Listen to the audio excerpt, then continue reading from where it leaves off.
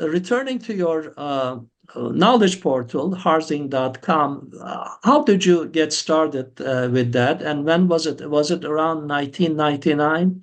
Yeah, last century. It sounds ancient, but yeah, it was just in the last century. And it's actually my husband who pushed me to do this. My husband is a software engineer, and he knows a bit about academia because he did a PhD in operations research, but he decided not to start working in academia. But he keeps touch with all the developments. So he said this is really something you should do because this will become important in the future. And it was quite novel at the time to have your personal website, because remember, the internet really only started in the middle of the 1990s. So he first developed it and maintained it, but after a few years I learned how to do that myself. And I really am a bit of a technophobe. I'm not someone who adopts all the new technologies, but once I gain a bit of confidence, I actually enjoy doing it. So I've been doing that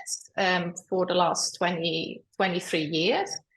And at first, I simply used it to put my teaching materials online because we didn't have these extensive learning management systems at those times. So I wanted to get the slides to my students, and that was the easiest way. But I also started adding academic resources quite early. So the journal quality list that you referred to earlier, Tamer, was posted in 2000. And the publish or perish software then was added in 2006. So that was quite early in the history of my website.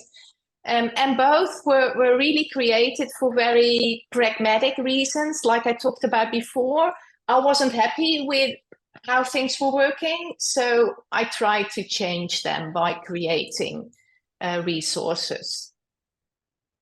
Regarding the journal quality list, I remember the times every school used to prepare their own, and sometimes they didn't make sense.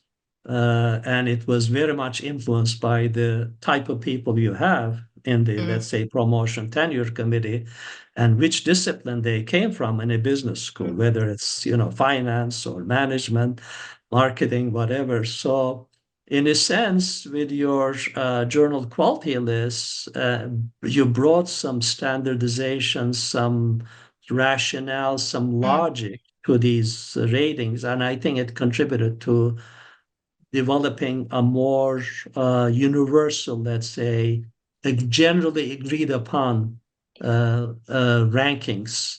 And that's very important because that helps people all over the world in different schools.